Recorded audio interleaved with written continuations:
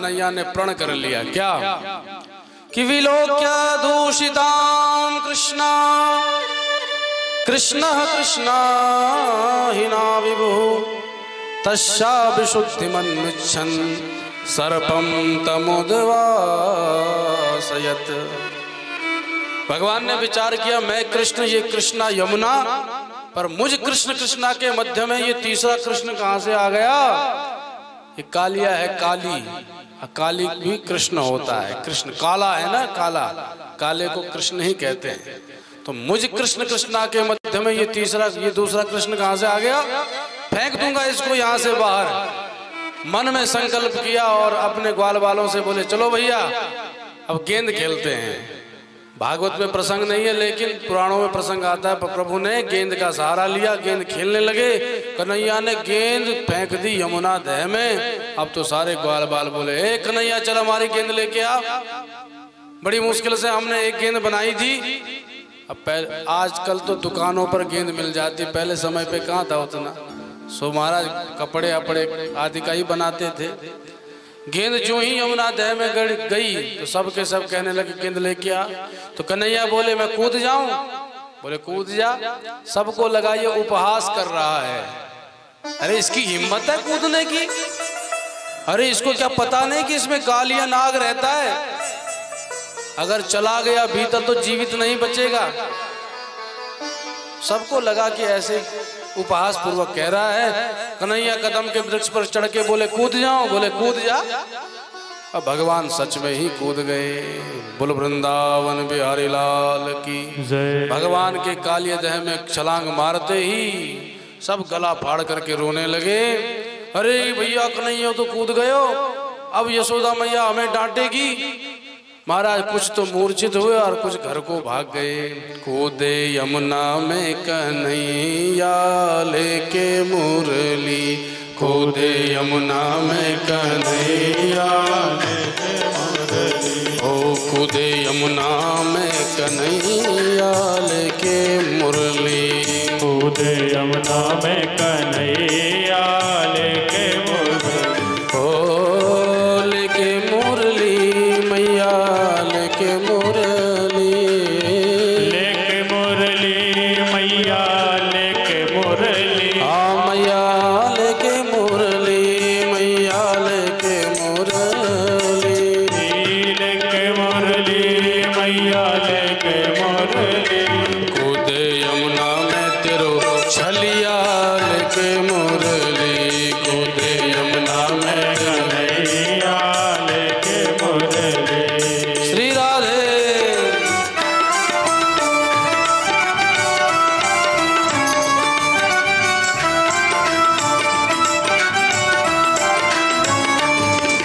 हरि बोल।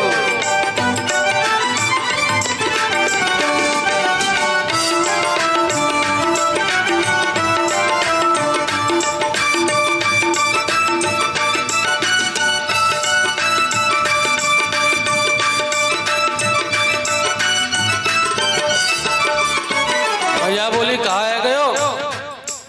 तो ग्वाल बाल बोले, कूद बड़े बनवारी जल में ग्वाले रोए सारे, कूद बड़े बनवारी जल में ग्वाले रोए सारे, कूद बड़े बनवारी जल में ग्वाले रोए सारे, कूद बड़े बनवारी जल में ग्वाले रोए सारे, कुछ तो ग्वाले घर को भागे,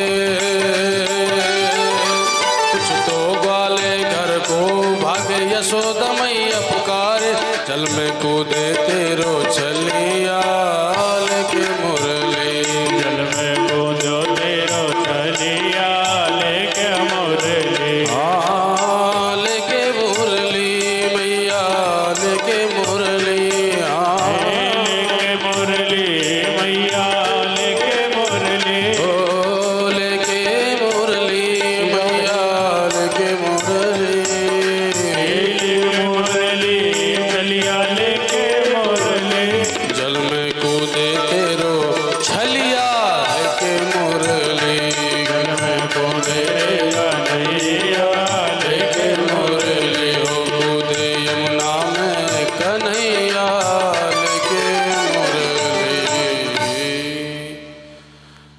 कुछ ग्वाल वाल मूर्छित हो गए और कुछ घर को भागे। यशोदा मैया के पास जाके कहा, मैया यमुना दह में तो कूद गए हो तेरे कन्हैया। जो महाराज मैया को पता चली तो डांट लगाई बलराम को। बलराम हमेशा कहती थी कि इस कन्हैया के साथ ही जाइयो, आज तू क्यों नहीं गया? ताना लक्षा भयो विघ्ना नंदा गोपा पुरोगमा बिना रामेण गाह कृष्णम ज्ञात्वा चारयितुं गतम। आज तू उसके साथ नहीं गया, उसके जीवन पर संकट आया है, इसका दोषी तू है बलराम। बलराम बोले, मैया सौगंध खवाले, आज कन्हैया नहीं मुझे कहा कि दाऊ भैया मेरे साथ ना आइयो, मैं अभी जल्दी आ जाऊंगा, इसलिए नहीं गया था। पर अब क्या करें महाराज, नंद बाबा को पता चला कि कन्हैया यमुना दह में कूद गया। यशोदा मैया मूर्छित हो गई। सचेत करके सब ब्रजवासी दौड़ पड़े कालिया दह की ओर। पर भाग कैसे रहे? सुखदेव जी कहते हैं जैसे पशुओं को ज्ञात नहीं होता ये हमारा खेत है या उस बगल वाले का खेत है, उनके लिए तो खेत ही खेत सब अपने। जहाँ हरियाली दिखी वहीं पशु भाग जाते हैं बिना मार्ग देखे। ऐसे आज ब्रजवासी भगवान के दर्शनों की अभिलाषा से, लालसा से बिना मार्ग देखे जा रहे हैं। कोई एक के ऊपर गिर रहा है, कोई यहाँ से कोई वहाँ से, जिसको जो मार्ग सूझ रहा है वहीं से भगवान श्री कृष्ण के दर्शन के लिए उनकी हित की कामना से भाग रहे हैं। आबाल वृद्ध वनिता सर्वेंग पशुवृत्तया निर्जग मुर्गो कुलादीना कृष्ण दर्शन लालसा। नेत्रों में बस श्री कृष्ण दर्शन की लालसा है। मात्र बच्चे नहीं भाग रहे हैं, आबाल वृद्ध वनिता, ब्रजांगनाएं भाग रही हैं, वृद्ध भाग रहे हैं, बच्चे भाग रहे हैं, सबके सब दौड़ पड़े कालिया दह की ओर। पर जैसे कालिया दह पर पहुंचे महाराज कन्हैया को नहीं पाया। मैया तो कूदने को तैयार हो गई, बलराम भैया ने अपने बाहुबल से उन सबको रोक लिया। वो तो शेषावतार हैं। मैया मूर्छित है गई, पर क्या करें क्योंकि जल में कुछ दिखाई नहीं पड़ता। महाराज कहाँ चला गया कन्हैया? उधर भगवान कालिया दह के भीतर पहुंच गए तो कालिया नाग की पत्नियों ने देखा ये काला काला मुरली वाला कौन है भैया? हे लाला तू कैसे इस कालिया दह में गिर गए हो? जल्दी भाग जा, हमारे स्वामी जाग जाएंगे तो तुझे लेने के देने पड़ जाएंगे। कन्हैया बोले, अपने स्वामी से डराती हो? अरे तेरे स्वामी से ही तो मिलने आए हम, जगा अपने स्वामी को। उन्होंने कहा अरे लाला तू है तो कोमलांग, पर अगर स्वामी जग गए तो तब तेरे जीवन पर संकट आ जाएगा। बोले हमें संकट से भय नहीं लगता, जगा। इतनी बात चल ही रही थी कि इतने में कालिया नाग जाग गया और जो महाराज फुफकार मारी कि महाराज उस कालिया दह में भयंकर तरंगे चलने लगी। ब्रजवासी नदी के तट पर खड़े होकर के देख रहे हैं, सबको लगा कि अब कन्हैया बचने वाला नहीं। पर उधर भगवान ने जैसे कालिया नाग को देखा और कालिया नाग ने भगवान को देखा। कैसे हैं प्रभु? प्रेक्षणीय सुकुमार घना वदातम श्रीवत्सपीत वसनम स्मित सुंदराशम क्रीडन्तमप्रतिभयं कमलोदरांघ्रिं संदश्यमर्मसुरसा भुजया चछाद। विशाल कालिया नाग ने जो ही भगवान को देखा, पहले तो देखता ही रह गया, निहाल हो गया। अरे ऐसा लाला तो मैंने पहली बार देखा है, कितना सुंदर है। भगवान की सुंदरता पर कालिया नाग रीझ गया, देखता ही रह गया टकटकी लगा करके। पर जब घंटे भर तक देखता रहा, बाद में सोचने लगा अगर ये यहाँ से जीवित चला गया तो सबके हृदय से मेरा भय भाग जाएगा, तब तो हर कोई कूदने लग जाएगा। इसलिए इसको छोड़ना ठीक नहीं, चाहे जैसा भी सही। भगवान को बांध लिया अपने भुज पास में, कालिया नाग ने लपेट लिया। भगवान बन गए उसके भुज पास में। पर इधर ब्रजवासियों ने जब काफी समय तक कुछ हलचल नहीं देखी तो सब कूदने को पुनः तैयार हो गए। अपने बालकों की तरफ किसी का ध्यान नहीं, सब भगवान श्री कृष्ण के लिए चिंतित हो गए। जब भगवान के प्रति इतना प्रेम उमड़ गया, भगवान ने सोचा अगर और देर लगाई तो ब्रजवासी एक एक करके सारे कूद जाएंगे इस काले दह में, इसलिए उनकी रक्षा करने के लिए मुझे शीघ्र ही जाना होगा। भगवान तो अनंत शक्ति संपन्न है। एक क्षण में भगवान ने अपने दिव्य स्वरूप को प्रकट किया, अपनी दिव्य शक्ति को। एक छोटा सा रूप धारण किया, बंधन ढीला पड़ा। जब तक कालिया नाग कुछ समझ पाता तब तक तो भगवान एक छलांग मार करके कालिया नाग के फणों पर जाकर के खड़े हो गए। बोल वृंदावन बिहारी लाल की जय हो। एवं परिभ्रमहतो जसमुन्नतांसं मानम्य तत्प्रतुसितः स्वधिरूढ आद्यः तन्मूर्ध रत्न निकर स्पर्शाति ताम्र पादाम्बुजोखिल कलादि गुरुर्नरता।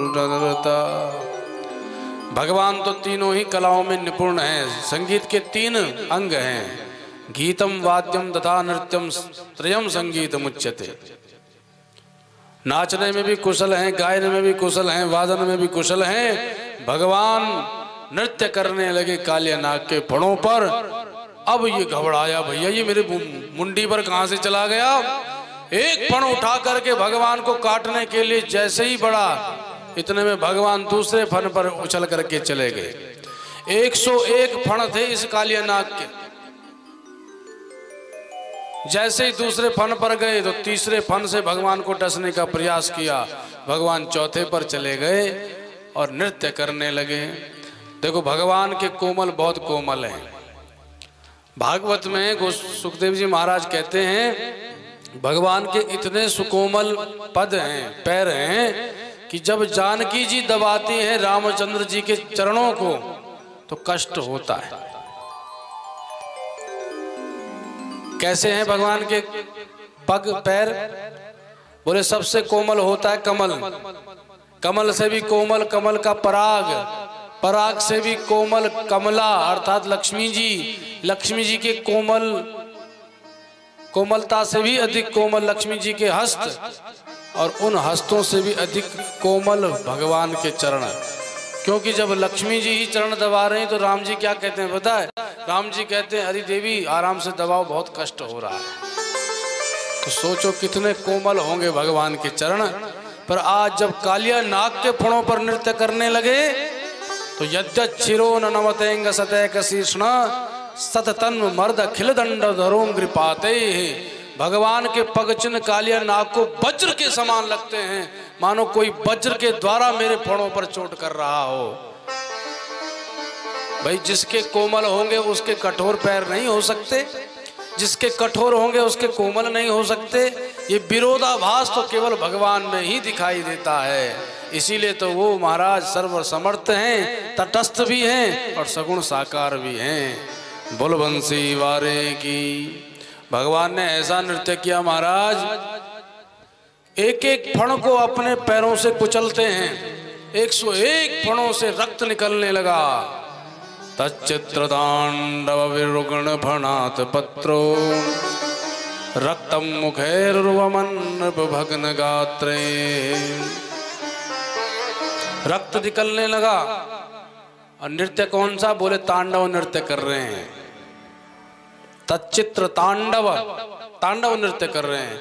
हमारे नटराज राज भोलेनाथ बड़े प्रसन्न हो गए, भैया इस नटवर का तांडव तो आज ही देखने को मिला है। उधर श्री कृष्ण नाच रहे हैं, उधर हमारे भोले बाबा मस्ती में कैलाश में नाचने लगे।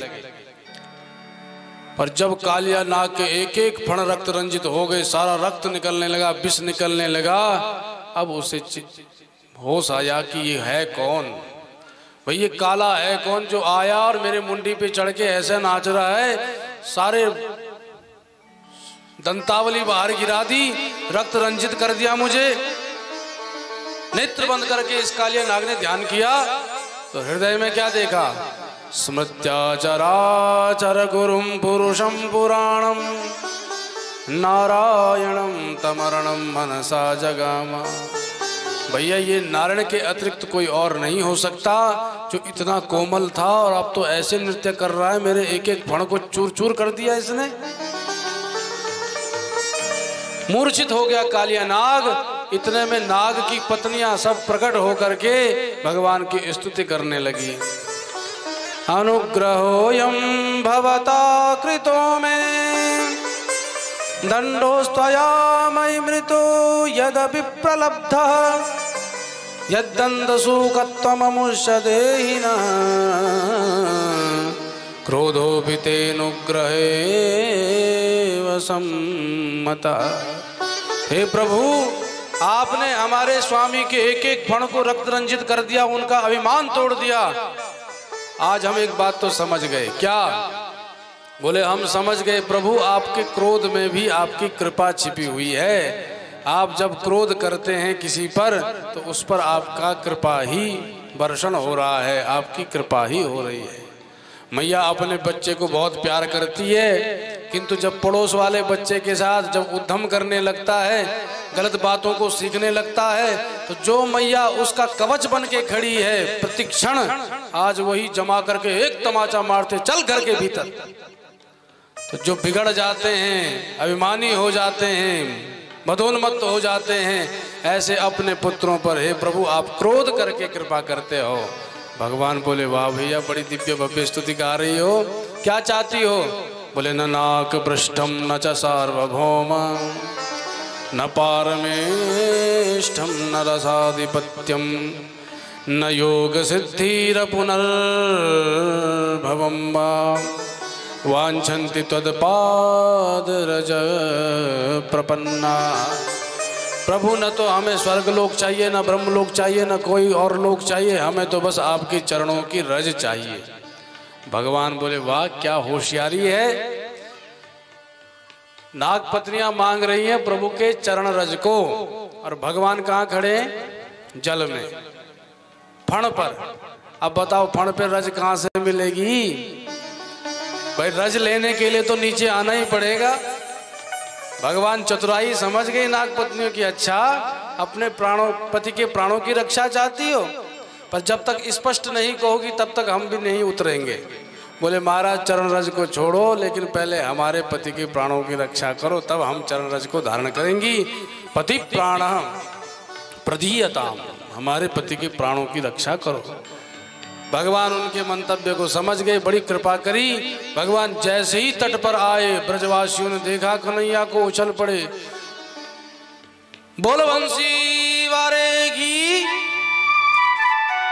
अभी भगवान आए ही थे, ब्रजवासी उधर से दौड़ रहे हैं, इधर से नाग पत्नियां स्तुति कर रही हैं भगवान की। उधर से कालिया नाग की चेतना जगी, वो अभी मुंह फाड़ के भगवान की तरफ आया। भगवान बोले देवियों देखो, तुम मेरी स्तुति कर रही हो, तुम्हारा पति अभी तक अभिमान में चला आ रहा है, मुझसे लड़ना चाह रहा है। अब बताओ कैसे छोड़ दूं इसको? कालिया नाग पास में आके बोला मैं लड़ूं नहीं तो क्या करूं? भगवान बोले भैया तू मुझसे क्यों लड़ना चाहता है? बोले आप क्यों आए? बोले मैं तो इसलिए आया, तूने सारा यमुना हृदय विषाक्त कर दिया था, इस यमुना से दूर चला जा। भगवान से कालिया नाग बोला एक बात बताओ, वयम खलास होत्पत्त्या तामसा दीर्घमन्यवः स्वभावो दुस्त्यजो नाथ लोकानां यद सद्ग्रह। अरे हम तो तामसी प्रवृत्ति के हैं, क्रोधी हैं, विष हमारे जिह्वा में भरा पड़ा है, इसमें हमारा क्या दोष? ये बताओ ये नागों को किसने बनाया? बोले हमने बनाया। तो नागों के मुंह में विष किसने भरा? बोले हमने भरा। भैया नाग भी तुम ही बनाते हो, विष भी तुम ही भरते हो, और मारने भी तुम ही आते हो। वाह क्या न्याय है तुम्हारा। जब सब कुछ करने धरने वाले आप हो तो फिर मुझे क्यों मारने आते हो? भगवान बोले इसलिए आया हूं क्योंकि तुम्हारे लिए मैंने रमणीक द्वीप बनाया है, फिर उस द्वीप में क्यों नहीं रहते हो?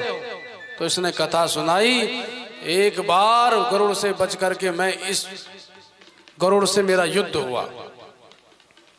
क्यों? क्योंकि नागों की माता है कद्रू, गरुड़ की माता है विनता। तो कद्रू की दासी बनना पड़ा विनता को, तो सर्पों के दास हो गए गरुड़ जी। अब तो सर्प जब देखो गरुड़ पर लिपट जाते हैं, कहते हैं चल उड़। तो गरुड़ ने कहा ये कब तक ऐसा करते रहेंगे? सो गरुड़ जी को आया क्रोध, जहां देखो सर्प जहां मिल जाए उसी को गटक जाते हैं। सारी सर्प सेना ने ब्रह्मा जी की शरण ग्रहण करी। ब्रह्मा जी से बोले महाराज रक्षा करो, ये गरुड़ तो जहां भी हमें पाता है गटक जाता है। ब्रह्मा जी बोले एक काम करो, अमावस्या के दिन एक एक जाना, मैं गरुड़ से बात करूंगा। अब एक एक सर्प गरुड़ के पास अमावस्या को आने लगा, पर जब कालिया नाग की बारी आई तो इसने गरुड़ से युद्ध किया। पर गरुड़ तो गरुड़ भगवान का वाहन चोंच से पकड़ करके इतनी दूर फेंक दिया कि सीधा वृंदावन में आया। कहीं स्थान नहीं मिला तो यमुना हृदय में घुस गया। पर गरुड़ ने जो ही यमुना हृदय में घुसे कालिया को देखा तो दूर से भाग गए। क्यों? क्योंकि एक बार सौभरी ऋषि इसी यमुना हृदय के समीप बैठ करके जप कर रहे थे। इतने में एक मत्स्या को आपस में संभोग करते देखा, तभी गरुड़ आया, मत्स्या को खा करके भाग गया। सो गरुड़ को श्राप दिया सौभरी ऋषि ने, अत्र प्रविश्य गरुड़ो यदि मत्स्यांश खादति सद्यः प्राणेन वियुज्येत सत्यमेतत् ब्रवीम्यहम्। मैं सत्य कहता हूं हे गरुड़, अगर तू इस यमुना के हृदय में दोबारा आया तो तेरे सिर के अनेक टुकड़े हो जाएंगे। तब से गरुड़ यहाँ नहीं आता महाराज, मैं इसीलिए उससे बचता बचता यहाँ रहता हूँ। अगर बाहर निकलूंगा तो गरुड़ मुझ पर हमला बोल देगा। भगवान बोले अब नहीं मारेगा। क्यों? बोले तेरे गले में हमने अपना पट्टा बांध दिया। क्या? बोले तुम्हारे शीश पर मैंने अपने पग चिन्ह अंकित कर दिए हैं। मेरे चरण कमल जिसके सिर पर होते हैं उसका कोई कुछ बिगाड़ नहीं सकता। अरे गरुड़, जब तेरे शीश पर मेरे चरण कमलों से चिन्हित चित्रों को देखेगा, वज्र अंकुश आदि के, तो दूर से ही भाग जाएगा, तुझ पर हमला नहीं करेगा। अब निर्भय होकर के कालिया नाग भगवान की परिक्रमा करके रमणीक द्वीप चला गया। बोल वृंदावन बिहारी लाल की जय। अब सारे ब्रजवासी दौड़ते भागते आ गए, कन्हैया को आलिंगन किया। महाराज अपार हर्ष की लहर दौड़ने लगी। सबको लगा कि हमारे प्राण ही वापस लौट के आए हैं। यशोदा मैया ने छाती से चिपकाई लियो कन्हैया को। इतना प्यार उमड़ा कि सब घर जाना भूल गए, रात्रि हो गई। अब सारे कल्या उसी यमुना तट पर विश्राम करने लगे।